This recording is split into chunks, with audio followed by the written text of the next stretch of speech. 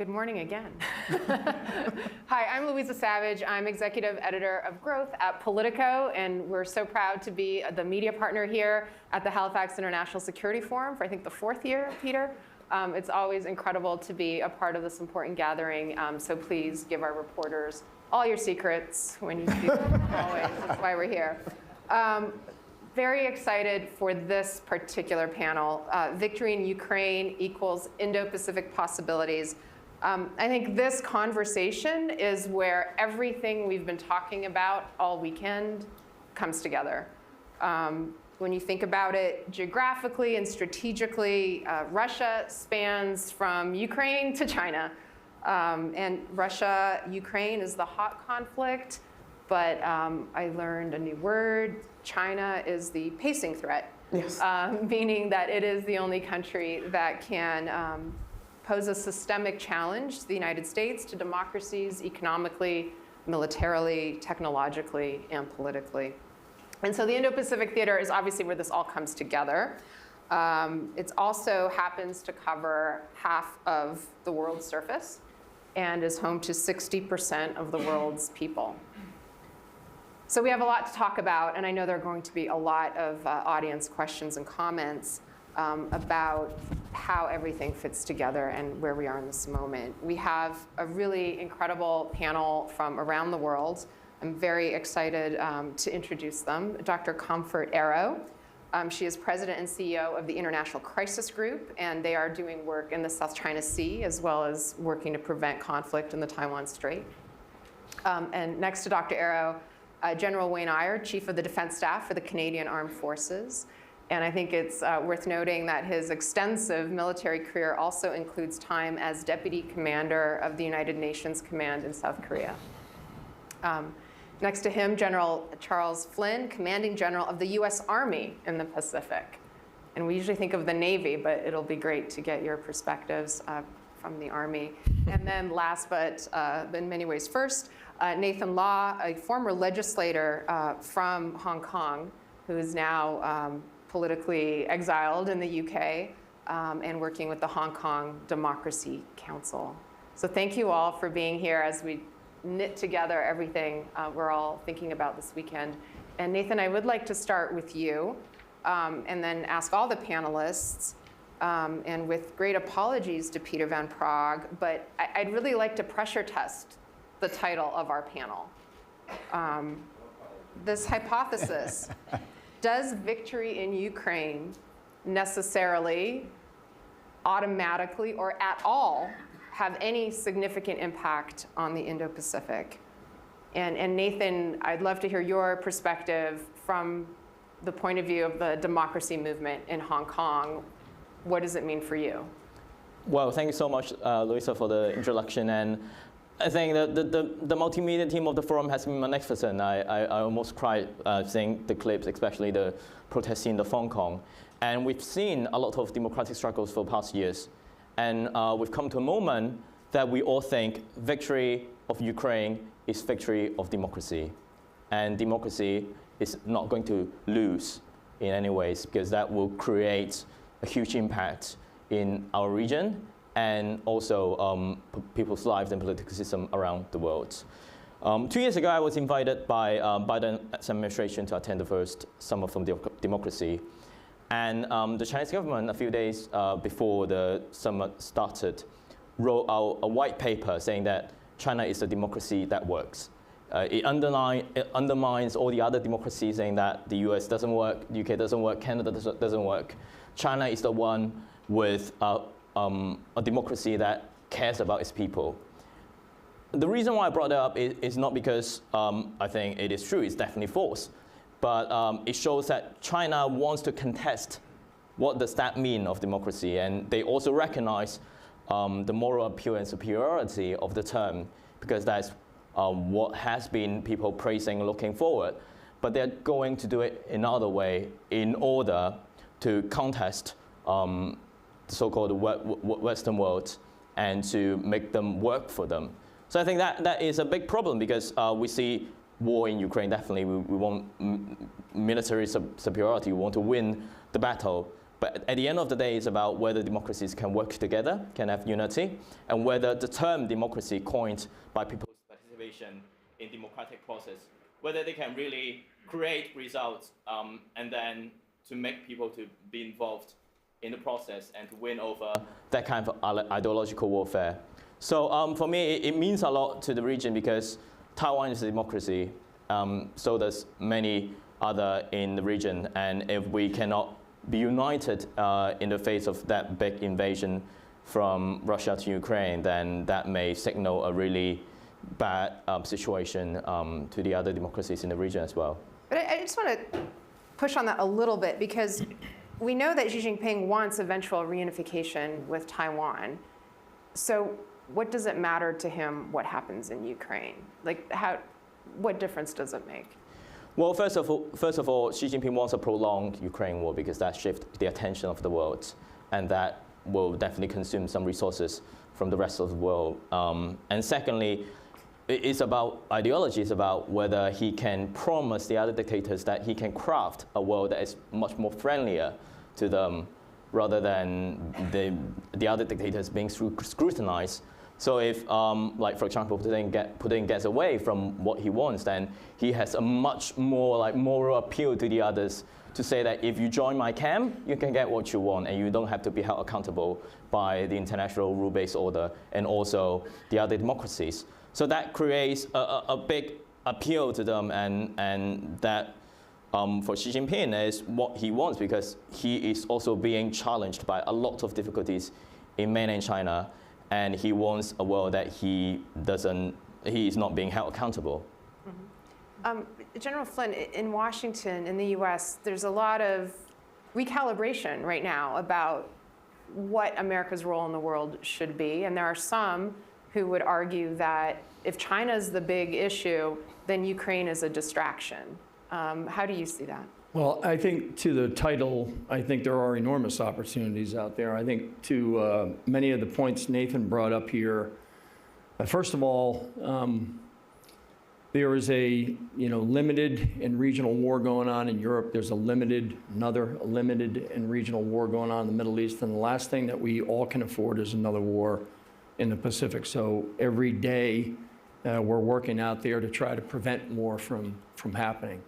I think that the region, Xi Jinping, and the Taiwan leadership, they're all watching closely what's actually happening in Europe and Ukraine and looking at the outcomes, or at least what's unfolding in both the European continent and then across the Central Asian states and the Middle East. I would offer some bad news and then some good news. And on the good news, there'll be the opportunities. I would say the bad news is that they have created a military instrument that is very, very dangerous. Admiral Aquilino, my boss in the Indo-Pacific, has referred to it as an unprecedented buildup of military capabilities. So it is a dangerous arsenal that they have created. And having been out there, this is my third assignment, and really have been out there pretty straight since 2014, what we're witnessing, at least the military be able to perform, is very different in 2023 than it was in 2014, 2015, 16, 17, 18. So that trajectory that they're on is a dangerous one for the region, and candidly, it's a dangerous one for the world. So we are all should be concerned and trying to slow that trajectory down for safety, stability, security, and international rules-based order. And the good news, if I can, on the good news, this goes to the very opportunities that are going on. What we're seeing out in the region is a dramatic increase in multilateral and multinational participation in a wide number of areas. On the military side, for sure, but I also think about the recent engagements from APEC to the president's discussions, to the 2+2 in India, to comprehensive strategic partnerships recently signed with Vietnam, and also in Indonesia. So those are all the opportunities that I think the region is witnessing as a result of actually what's happening in Europe and now in the Middle East. And I think that that bodes well for our countries and for the rules-based international order that we all want to protect. You're nodding, General. Well, of course, I agree with Charlie. So, hey, firstly, on behalf of the Canadian Armed Forces, I just want to welcome everybody here. It's great to see so many familiar faces and new faces as well, and likewise for my fellow panel members here. 10 plus years ago, Charlie and I were one stars jumping out of planes together, so never envisioned sitting on a panel with him talking about the Indo-Pacific. So it just shows how small the world is. And just how small the world is can relate to this question as well. You know, victory in Ukraine, I believe, directly relates to opportunities, and I would add threats in the Asia-Pacific, Indo-Pacific region, and actually beyond. You know, what we're seeing is a direct challenge to the ideas of territorial sovereignty, the right of a people to exist, the right of people to choose their own form of government. You know, if those norms in the international order are not upheld, that will embolden others to embark on imperialism, adventurism, expansionism in the international system. So standing up against this aggression, standing up against this perhaps largest threat to the international order since the end of the Cold War, and perhaps since the end of the Second World War, I think is in all of our interests.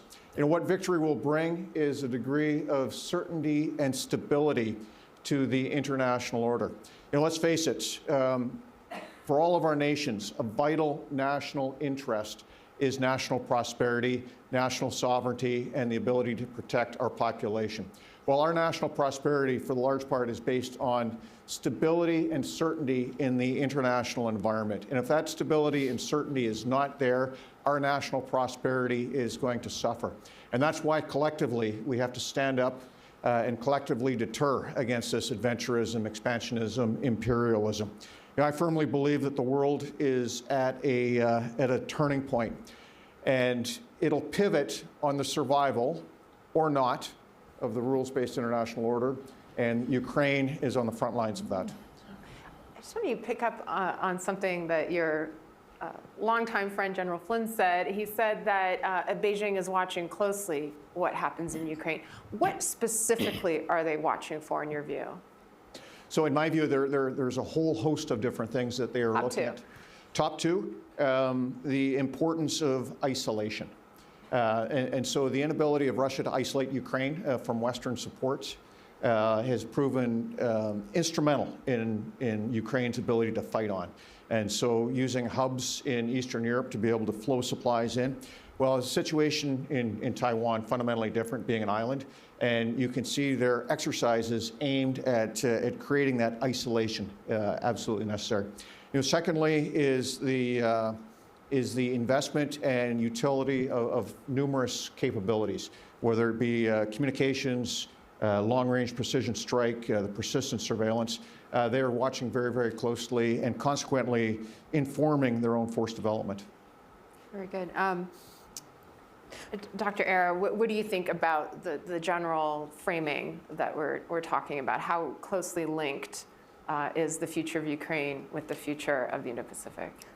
You actually stress tested that last night in the night owl session. I heard your session. By the way, just before I deep dive into your question, I have to say that the videos that accompany each session are quite provocative, but they're also quite emotional. And this one was particularly emotional because you begin to understand what's at stake for many people of the world, especially the next generation as well. So I have to commend Halifax, Peter, because this one particularly, I had to pull back the tears because I can name a number of other countries where today's generation of children would be holding that flag in defense of their own future and and the vision that they have for their future as well. So I just want to commend you for that video. For me, it's personal as well, and I can talk about that on another occasion. But you started to stress test that question yesterday, and I was struck by the response by the panel from yesterday's Night Owl, which put the response to you in a historical context, that the history of China's sort of reclaiming back of unification of Taiwan, so to speak, didn't start on the 24th of February or the 22nd of February last year. I mean, it goes way back into history. And I mean, it's hard to know whether there's a survey. It's hard to know what the people of China think. But the person who responded to your question yesterday remarked that this is what the people of China want. I have no idea if that's true, and only that person can come back to you and clarify that. But I thought that was an important point, one I also didn't appreciate. So I think that history was important to hear. Whether it's true or not is a separate issue.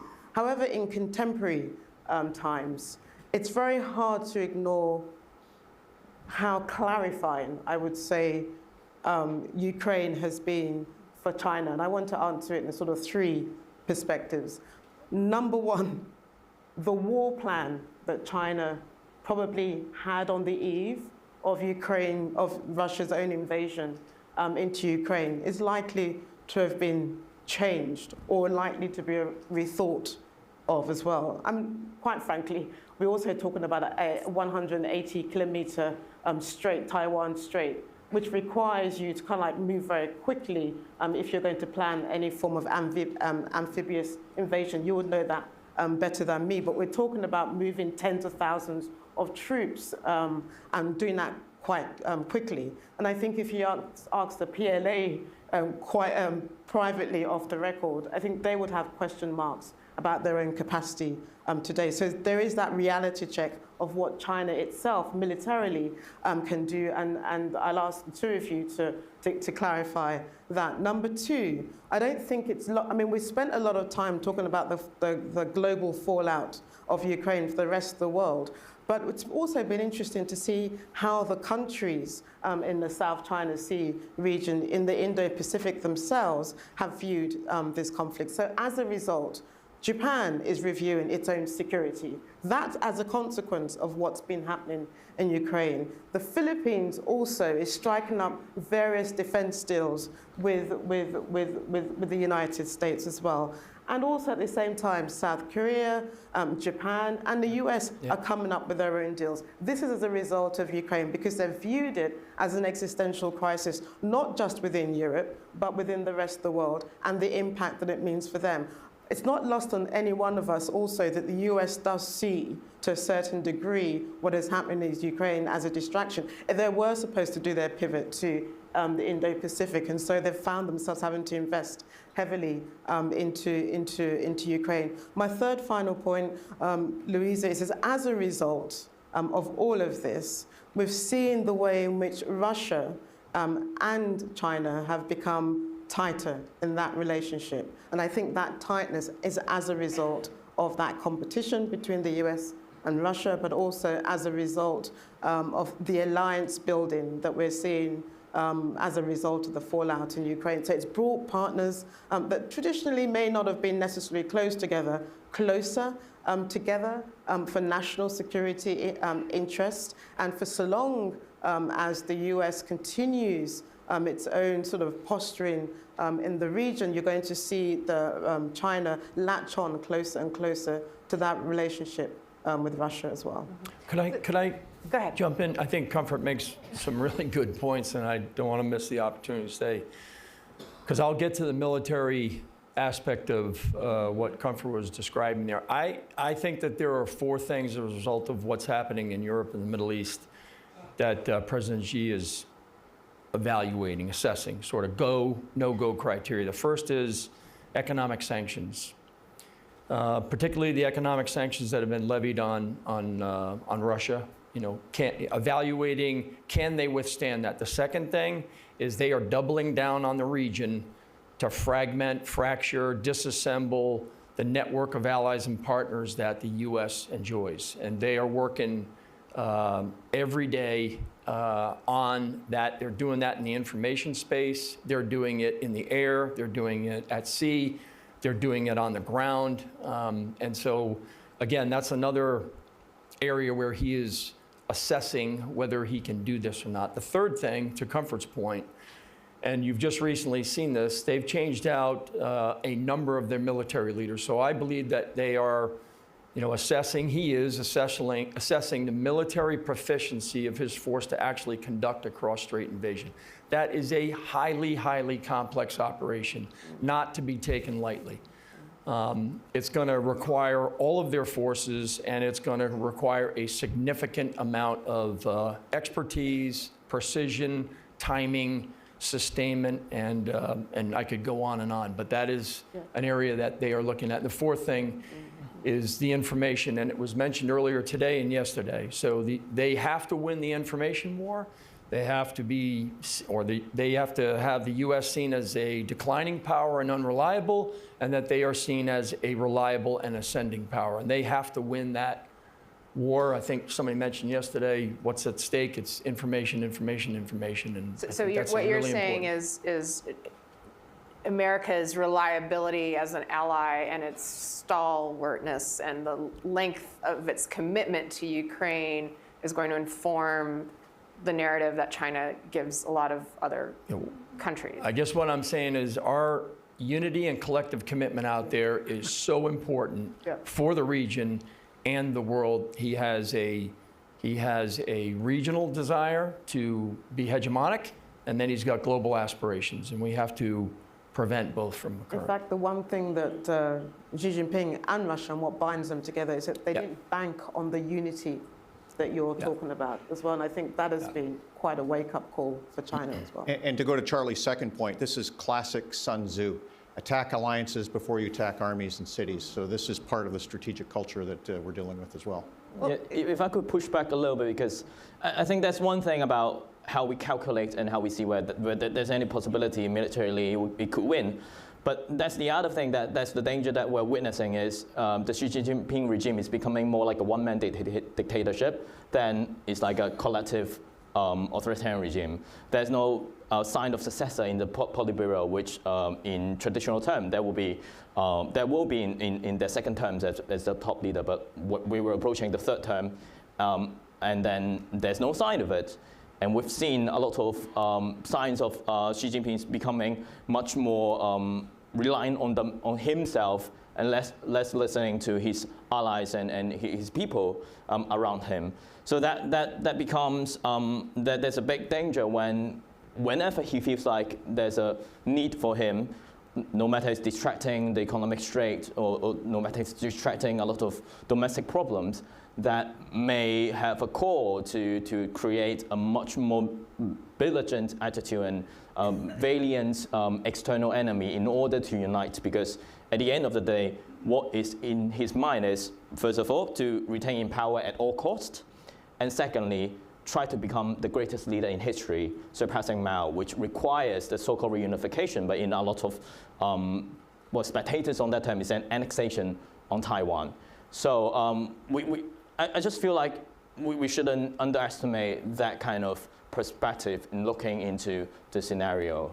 General, you want to jump in? Then I was going to say that's a key point when comparing China and Russia, because Putin did the same thing in terms of surrounding himself with yes men who would not deliver bad news, who would not deliver an assessment that would run contrary to Putin's worldview. If we see the same thing happening with the band of advisors around Xi, who without giving him an honest assessment, will allow for increased opportunities for miscalculation, unintended escalation, and what falls from that. So my follow-up from all these comments is we're talking a lot about unity, the importance of showing unity, maintaining unity. In Europe, we have NATO. In the Pacific, we don't have a collective security architecture. We have a lot of bilateral agreements on mutual defense. Do you think we need a Pacific NATO? And if not, then how can we structure ourselves to show that unity? I guess you're asking me, so I think what I would say is, again, to a number of points that Comfort made, what I'm seeing, and this is as a result of what I would refer to as the, and I have referred to it as, China has been on an incremental, insidious, and irresponsible path. And what that's done is it's actually brought the region closer together. So even though we operate in a very bilateral stance in terms of, relationships, I have a number of examples. So an exercise that we do in Indonesia, Garuda Shield, that was an army-to-army exercise 5 years ago. 2 years ago, in 22, that became 14 countries, 6,000 multinational forces out there. I see some of my Australian colleagues here. We just did an exercise in Australia, Talisman Sabre. That was 15 countries, 30,000 troops, all kinds of different assets down there from a wide range of countries across the region. Yamasakura in Japan, that was once army to army, now 4 nations. I mean, I could go on and on. But so you're saying, no, we don't need it? What I'm saying is the region wants those kinds of activities. So the measure of performance or measure of success that I look at is that an increase in multilateral and multinational work together as a region is really important. And that is the way they're speaking about countering the insidious and irresponsible activities of the Chinese. And that is what's actually playing out on the ground out there. I mean, regardless of the structure, there is already alliance building already in the region. You talked about Australia, and you've got AUKUS, for example. And then you've got, the other sort of country that is not on this panel, but is part of that calculation is India as well. And we're seeing just very much the reliance and the focus and seeing India as part of that sort of geopolitical, military sort of thinking or rethinking or reshaping that is driving the US and its own alliance building. And also there is overall, regardless of whether we're talking about the Indo-Pacific or whether we're talking about Europe or whether we're talking about Latin America, what defines this period that we're talking about is this era of clubism. I want to be in your club, your club, your club, for different reasons, for how it supports my own national security interest, my own short-term benefits as well, and they can be military, they can be economic, they can be for trade. What is also clear to me, Nathan, I was listening to what you were saying very, very carefully, is that although these countries have built up these alliances, at the same time, proximity matters. The cost is great to the region. And so they are hedging. They don't want to put themselves in a camp where it's them versus China. I believe they're also pragmatic in their outlook. So they look at the US as an important partner. They've learned the lessons also from Ukraine and how Europe and the West have become allied. But at the same time, because the cost is grave to them, they still want to keep the door open to be able to engage with China. So for example, in an economic area, in the trading area, because regardless of whatever promises and commitments they're going to get from the United States, they have to live in that neighborhood, and the fallout to that neighborhood cannot ever be underestimated to that neighborhood as well. So I think when I agree with you on the scenarios, but that is one set of scenarios of what the neighborhood thinks. And so while they lean in and expect the US to come and stand shoulder to shoulder to them, and they watched what happened when Biden went to Israel. So there's an expectation there. But they will hedge, and they want to make sure that their relationship remains as possible, as stable as possible, and not necessarily one of an existential crisis to them. So I have a quick question for you on that. There's so much to cover, and I do want to get to questions in a few minutes. So many aspects to this. Coming out of the meeting this week between President Biden and President Xi Jinping, there's a lot of discussion about the economic piece and trade. I heard a comment, I think it was last night, someone here said, whatever Xi Jinping thinks of his military chances of success in potentially invading Taiwan, and actually a potentially stronger deterrent is economic integration with the United States, with Europe, with other democracies, because if he were to be subjected to debilitating sanctions, that could really imperil his hold on power if it tanked the Chinese economy. And I just wanted to get your thought on that. We hear a lot about decoupling or now de-risking, but actually, is that a powerful thing to maintain those economic links? In fact, for me, if there's one thing that I take away from Ukraine, and if there's one lesson for any other sort of state leader that wants to pursue that kind of adventurism that you both talked about, it is the maximalist sanctions that you've seen imposed on Ukraine, on Russia. Even though the Russian economy has found itself to be resilient, and the way in which Putin sort of has recrafted that economy to withstand for now. But nonetheless, that is a big lesson. And at the end of the day, although Biden walks away and the Pentagon walks away from what happened last week on the talks by the two leaders, getting that sort of military high-level dialogue back on the table, I think for Xi Jinping, he welcomes that. He accepts that, but what matters for him is he can't do anything about the previous economic sort of constraints that are there, but he wants to limit future ones, and that's what matters for him. So he'll nod to the military dialogue, he will nod to all the other aspects, but the one that's important to him more than anything else, because he's understood that lesson, is the economic one. And he saw what happened with the semiconductors. He's seen what's happened around the various chip acts and the RIA as well. And I don't know whether he's read what Jake Sullivan said, but the de-risking one is also interesting in the way Jake Sullivan borrowed that language from Europe, from van der Leyen, and said, look, of course we can't decouple America from China, we're interdependent. But this other language about de-risking means that there are ways in which we can curtail, limit, restrain China. And I think this, more than anything, is what drives Xi Jinping's own calculations. But Nathan, I see you're agitated. Yeah, no. So that's definitely one way to portray where there is like an increasing economic activities, we can have more leverage on containing its action. It is variation of like trade to change ideology in it. But there's also another way looking into it, and it's the reliance. Like if we remember, like at the very beginning of the Ukraine war, because of energy reliance on Russia, there are lots of difficulties of the West coordinating a very holistic and strong response, and that's what we've been witnessing for the past years on China as well, because the kind of increasing economic interaction and intertwined economies, it comes with reliance as well.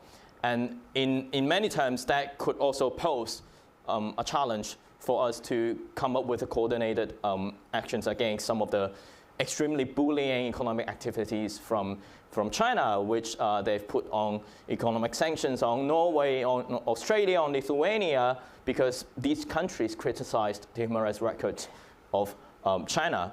So I think I've been hearing some of very interesting ideas about how we can have economic Article 5, where democracies come together and they kind of react to any of these individual sanctions from mainland China, from PRC to certain countries, and they react together. And all these democracies, they combine, they have more than half of the global GDP, and that would be an enormous weapon to defend the ability for these countries to just pose critics to China. And that comes back to the idea if we're seeing the war between Ukraine and Russia and China and the kind of democracies, there is a component of who owns the definition of democracy, who can be the representation of democracy, and who can have the moral appeal and superiority in terms of defending their political system. And that would, like having the kind of like economic Article 5 would definitely help to achieve that goal. Interesting.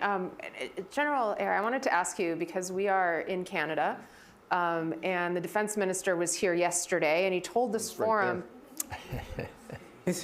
Oh, there he is. Well, here he is. He's back. Well, he told this forum, which I thought was really interesting. He said, we know that Canada now has 3 warships in the region, and we must, quote, move from an episodic presence in the region to a reliable and persistent presence. And I wanted to ask you, what does that look like? Is that purely a naval move or something else? And secondly, what kind of resources will this take?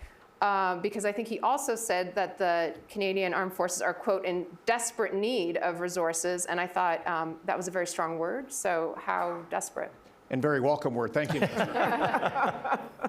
No, that is a great question. As we speak, we've got 3 ships in the Western Pacific right now on exercise, annual X with Japan, with the U.S. But maintaining that presence is going. A persistent presence is going to be a challenge as we go forward, but one that we are committed to doing as we balance resources around the world and prioritize the naval component in the Western Pacific. But to sustain it is going to be a challenge. If we take a look at the 2 major capabilities that we're projecting out there, Halifax class frigates, named after this city here, and our maritime patrol aircraft. Hey, our Halifax class frigates, they were commissioned around the 91, 92 timeframe. They've got a 30-year lifespan. Well, guess what year we're in now? And so they are in desperate need of some maintenance. If we take a look at the trajectory of our maintenance funding over the next few years, we're going to have a very, very hard time given the current path. Likewise with our CP-140 maritime patrol aircraft, extremely useful, not just for the Western Pacific, and as we speak, we've got 1 operating on that exercise and another operating out of Iceland, not just for the Western Pacific, but for the Arctic and for our own coastlines as well. Maintenance is sitting below, or serviceability is below 50%. So we urgently need to replace that platform with something that's proven, dependable, and interoperable with allies. And then going forward, there's a number of other capabilities we're going to need for the future. But regardless, we're committed to doing our part, as Charlie was talking about, that multinational group of allies, friends, partners, standing up, deterring against that expansionism, adventurism, and just doing our part to be present in the region. I'm going to make a hat tip to Canada and the minister, and I met with both yesterday. So in my command, I have 2 1-star brigadier generals from Canada that are Deputy Commanding General in the 11th Airborne Division in Alaska, and Deputy Commanding General for 1st Corps at Joint Base Lewis McChord. Recently, we also have an agreement where the Canadian Army will be sending a battalion task force to our Northern Warfare Training Joint Pacific Multinational Readiness Center in Alaska, and they'll do that every other year, with the odd year being a company-sized team there. Of course, the work that we do in the Arctic as neighbors in the Arctic with Canada, and in fact, our homeland defense is contingent on some of the assets that we have in Alaska, large U.S. Air Force presence there, global missile defense. So the work that we do partnering with the Canadian Army, and as Wayne pointed out, the Air Force and the Maritime Forces, vital out in the Indo-Pacific. And actually the Canadian flag and the Canadian soldiers and the Canadian formations and the Canadian aircraft and maritime capabilities that come out there, that international, that's the point about unity and collective commitment. When they see that, they can't match that. And so that's really, really important about what we're doing out there. So Minister, thanks to you and to Wayne for your support. And just before I kick it to the audience, I just want to ask you one thing about what came out of the Biden and Xi meetings, which was the military-to-military reestablishing communications. Very quickly, what does that give us? Is that a big deal? And secondly, do you, in your role, ever have the opportunity to communicate with your counterpart from China? Would that be desirable? And then thirdly, on operations, there used to be U.S.-China joint exercises around disaster response. Is that something that you foresee bringing back? Well, first of all, a lot of the mechanics need to be worked out, but it's a positive aspect of what happened from the meeting. So I'm sure a number of other people will work out the mechanics of that going on. To your point, we had for many years up until COVID, with the Chinese Army, we had what was called a DME, a disaster management exercise, where we worked together on responding to basically humanitarian assistance, disaster relief. That stopped, obviously, with COVID, and it never got rebooted because of the security situation, candidly. So the point I'm making is I think the positive aspects of communicating mill to mill. I know Admiral Aquilino wants to talk to his counterpart. I believe Secretary Austin is working out a mechanism to talk to his counterpart. So after all of that happens, then maybe, just maybe, we can have a retooling of what we had once, a disaster management exercise. And that was an annual exercise. One year we did it in the US, the following year we did it in China. So when I was a Deputy Commander General in this command in Hawaii, my boss at the time, General Brown, he actually went to China and he spent a week there with those forces. So it's certainly within the realm of possible, but still to be determined. General, you want to say something really quickly and we'll go to questions? Yeah, and I would just add that, my view, having that military-to-military communication at the highest level is essential. Regardless of the political relationship, having that hotline where you can de-escalate incidents will be good for all of us. But with a warning, military-to-military communication cannot be seen as a reward, cannot be seen as a form of supplication. It's got to be there for its own purpose. Got it. Do we have questions in the audience? Over here. Yeah, it's coming to you. I'm Paula Dobriansky, Harvard University, and I wanted to cite comfort. You mentioned the importance and shift in Japan, which is historic. Actually, the fact that they have upped their military spending, I mean, truly historic. And it should be mentioned too, Korea at this time is engaged in nuclear discussions, which they weren't. It was always, a bit over to the side, US in the front. So just one point and a quick question. The point is, I do want to connect the dots with Ukraine and the Indo-Pacific. Japan's Prime Minister Kishida came intentionally to the United States to actually state, if the war in Ukraine is not won, it will affect us in the Pacific. I wanted to make that statement because it really underscores, I think, the sentiment in the region is very worried about what will happen in Ukraine. There is this interconnectivity. My question for all of you is about, which I didn't hear, the Quadrilateral Security Dialogue. Japan initiated it in 2007. And the question is, where is that going to be going? There was some question, not with the Malabar exercises in the military, but about expanding the Quad in the non-military domain. Do you see that? And thank you for this panel.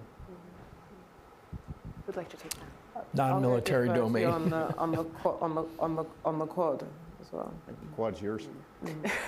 Well, I mean, You own that. I Touched think, a nerve. I think, well, no, I think the points, ma'am, that she's made about Korea and Japan, they are in a very different spot, even from my last assignment when I left in 18 out there.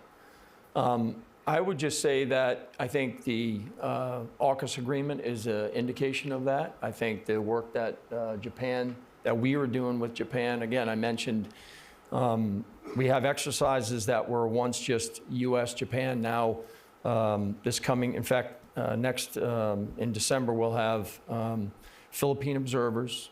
We'll have a division from the Australian Army there, and then, of course, multiple regional armies in Japan.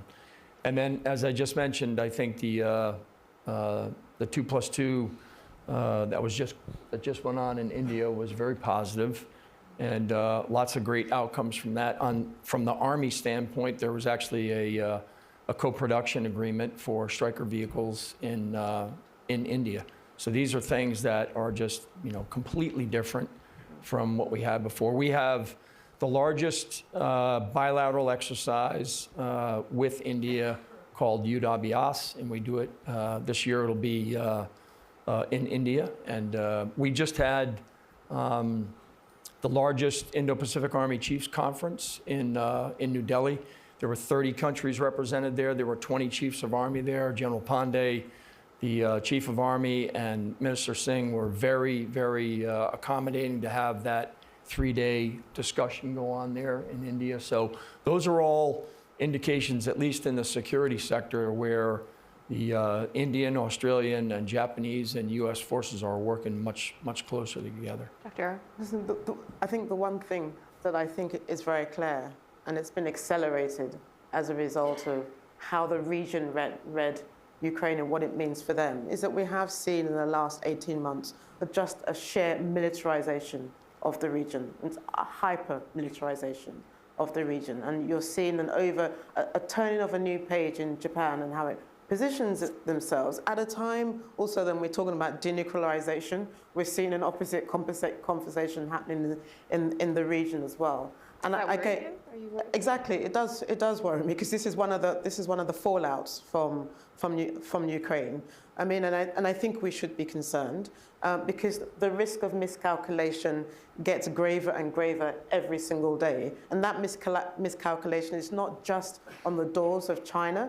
How China reads how others position themselves matters also. How those countries posture and how they position themselves vis-a-vis China also matters. So it's not just how China reads things, but it's also how the regions read each other for the likelihood of some kind of escalation. You know, I was interested by the question you asked earlier on about sort of regional sort of economic integration and multilateralism. There is one body in the region, and the fact that it doesn't function adequately is also quite telling, and that's ASEAN as well. So it's not as though there isn't multilateralism in the region. The question is, why doesn't this particular body work, and why we're actually looking elsewhere for others? Because it doesn't get to the crux of the issue, even politically, before you can even begin to get it to build trust and credibility among the allies as well. We have a question over here. The gentleman right next to you. Thank you. Steve Sang from SOAS in London. I would like to ask the panelists, particularly the two generals, because what we are looking at the competition with China is that the competition is in fact global. I mean, Xi Jinping is very, very clear. He is looking at the whole thing in a global terms. When he come up with new ideas, he call it Global Security Initiative, Global Development Initiative, Global Civilization Initiative. It's very, very clear. It doesn't see China as a regional power. So the competition really is global. The theater for competition is the Indo-Pacific. And the most likely front line is, in fact, Taiwan. Would it make much more sense for the Western democracies to look at it in those terms and try to engage in those terms? In which case, the case for Ukraine and the Indo-Pacific being very closely linked is completely obvious, because it is not just one or the other. It is one same thing at the same time. Thank you. This is excellent. Yeah, well, so thanks for the question. As I mentioned, he has stated he has global aspirations, but I do think that he's got a number of challenges in the region. And as I mentioned in my sort of four criteria there, I think his effort on doubling down to kind of disassemble the network of allies and partners that we do have in the region is, he's doing everything he can to stay at that. I mean, if you just go to South Asia and you go from Pakistan to Vietnam, you've got a Rohingya crisis in Myanmar. You have ground locks that are being cut through Myanmar. They're being cut through Pakistan. There's pressure along the line of actual control, the damming along the Mekong River, the information operations that are going on in Nepal and Bhutan. I mean, that's just 10 countries, 2 billion people right there in South Asia. Jump out to Southeast Asia, same activities going on. You jump out to Oceania, right on the doorstep of the homeland of the United States. Solomon Islands, Papua New Guinea, Vanuatu, Fiji, Tonga. Different approach, same tactics. You know, doubling down on trying to find corrupt officials, political, military, police, business. And it's very difficult for these small island nations to get untangled when they get into their IT backbone, their power grid, they get into piers, ports, warehouses. They're basically taking terrain. So in my view, I think this violation of countries' territorial integrity and national sovereignty in the region. I think that's where China is putting that pressure on the region in very demanding ways and very coercive ways. And that is difficult for these small countries that get pulled into China's orbit sometimes through that coercive power to get untangled from. And so that's where I think the work of Korea, Japan, the United States, the Philippines, Australia, India, Thailand, Vietnam. I just came out of Vietnam. I think that that's really important as a counterweight to what China is attempting to do across the region. So I agree they have global aspirations. In my view, they have to win the region first, and they're doubling down to try to do that as best they can, although they're having a hell of a time doing it. But to take it further afield, I firmly believe that we are in a globally integrated security environment, not just for today, but for the future as well. And I'll just take you to a different region, and again, looking ahead, and that's the Arctic, one that we're spending a fair bit of time looking at. And we've traditionally seen the Arctic being a wedge issue between Russia and China. But as Russia has become more isolated, it has acquiesced more and more to China, and we're seeing much more cooperation up there. And as we take a look at Russia expanding along the north, expanding its Arctic infrastructure and increasing its anti-access aerial denial bubble over the northern sea route, they are taking a page out of China's playbook in the South China Sea to present a territorial maritime fait accompli. And so in the decades to come, when the Arctic becomes much more accessible, they will already be there with the capabilities necessary to exert control. Thank you. I think we're coming to a close, but if there's one takeaway from the panel, it is all connected in all kinds of ways. So I want to thank our panelists. I feel like we could talk for another solid hour. There's so many questions I want to ask you, but we have another day here, so I hope we'll all get a chance to do that at additional dinners and panels. We're going to stay in our seats.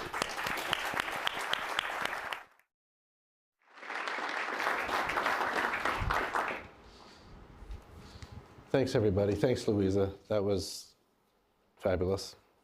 Nathan. There's been a little bit of a change to the schedule, so I'm just going to keep going and ask everybody to stay in their seats. We are delighted to have Secretary Pritzker with us. On September 14th of this year, President Biden announced that he was appointing former U.S. Commerce Secretary Penny Pritzker to serve as the U.S. Special Representative for Ukraine's economic recovery. In her new role as Special Representative, Penny is working closely with the Ukrainian government, the G7, the European Union, other international partners, and critically, the private sector, to help Ukraine forge a prosperous, democratic, and secure future. She's driving efforts to shape donor priorities and ensure they are aligned with Ukraine's needs, while also working closely with the Ukrainians to intensify their reform efforts to stabilize and rebuild their country and realize their Euro-Atlantic aspirations. Thank you, Penny, for being here. Welcome. Thank you. Thank you so much. Peter, thank you very much for that kind introduction, and thank you for the opportunity to speak here at the 15th Halifax International Security Forum. Peter, you and I have some things in common. We're both policy entrepreneurs. Your work as the founding president of this forum has helped to advance Canadian leadership on the world stage. And there's another thing that unites us. We know that security is an economic issue, and economic resilience is a national security issue. It's been true for the United States, for Canada, for our NATO allies, as well as it's true for Ukraine today.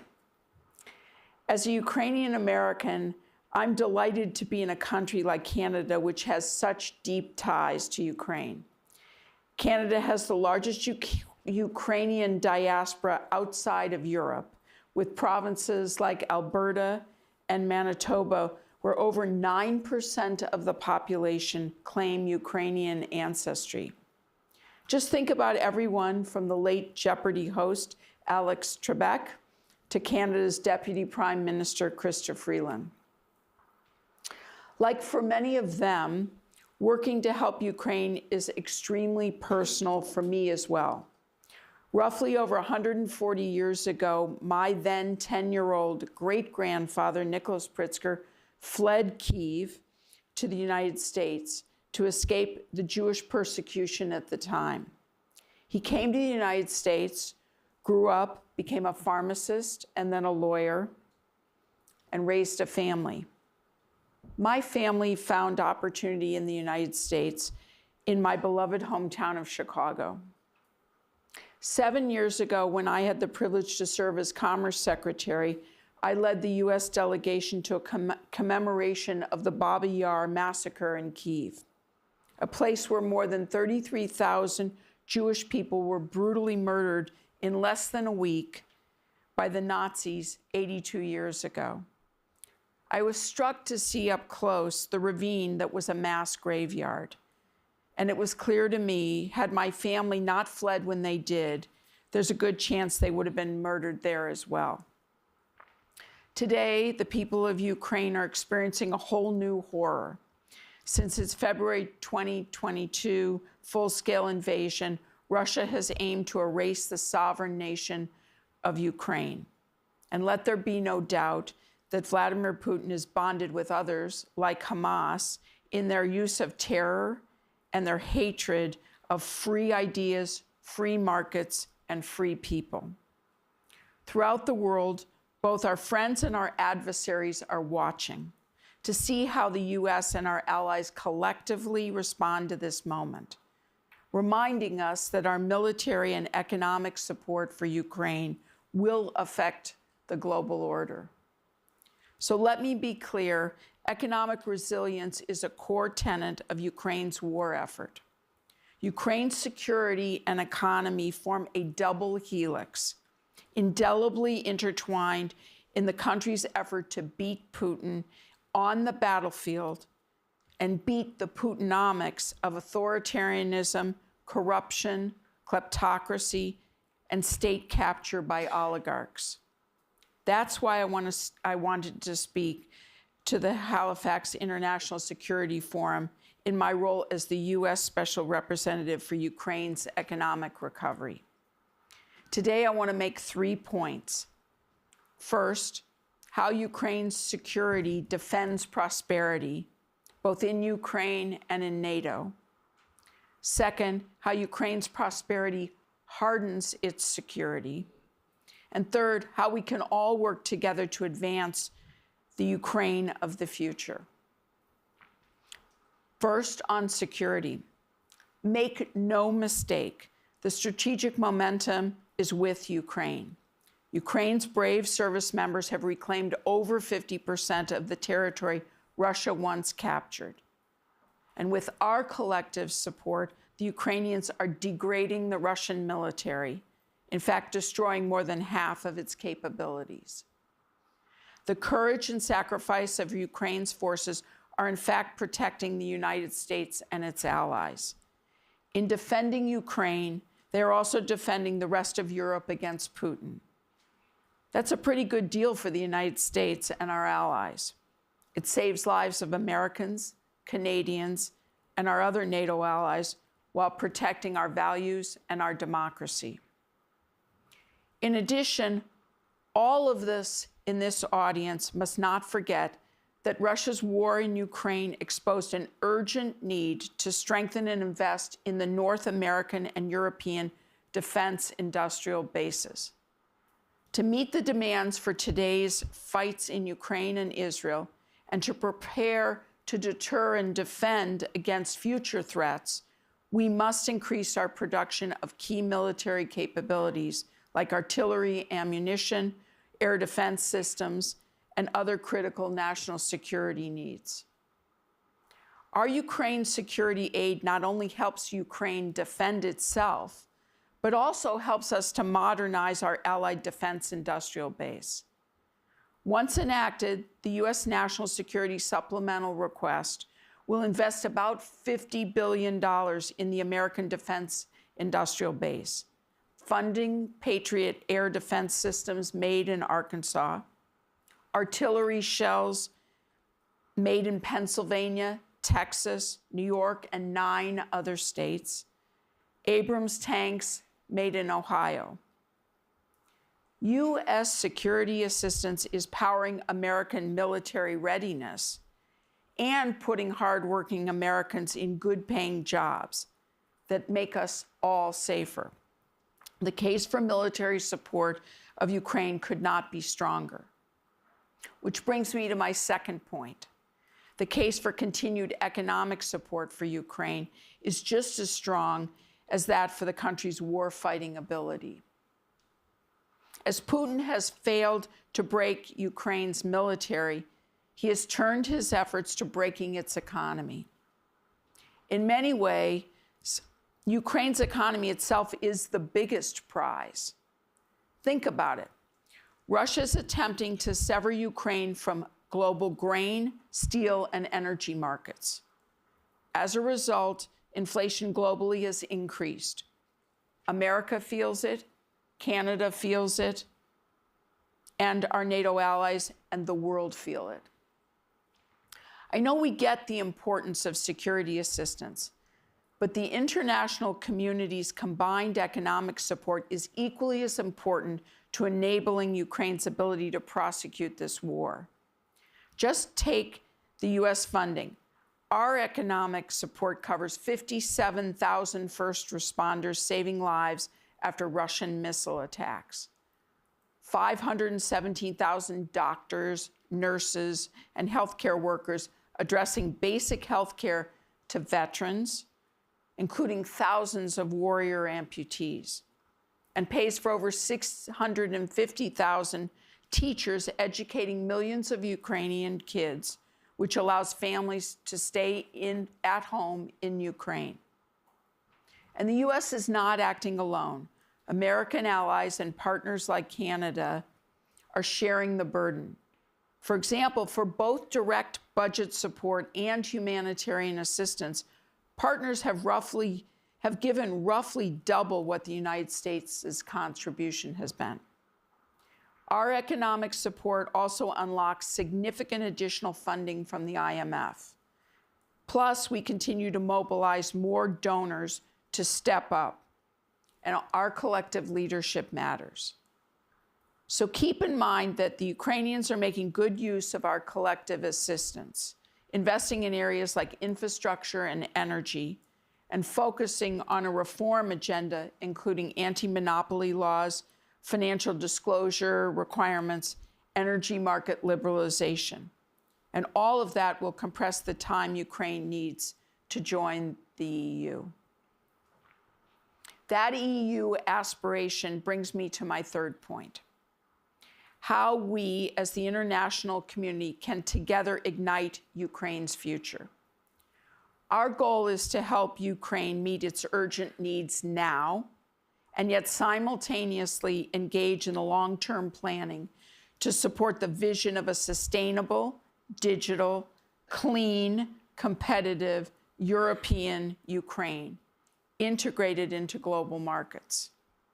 Both the short-term and the long-term effort are important to give Ukrainians the confidence to come home and start building towards that future. Both are necessary to accelerate GDP growth and job creation. So let me tell you how I see it.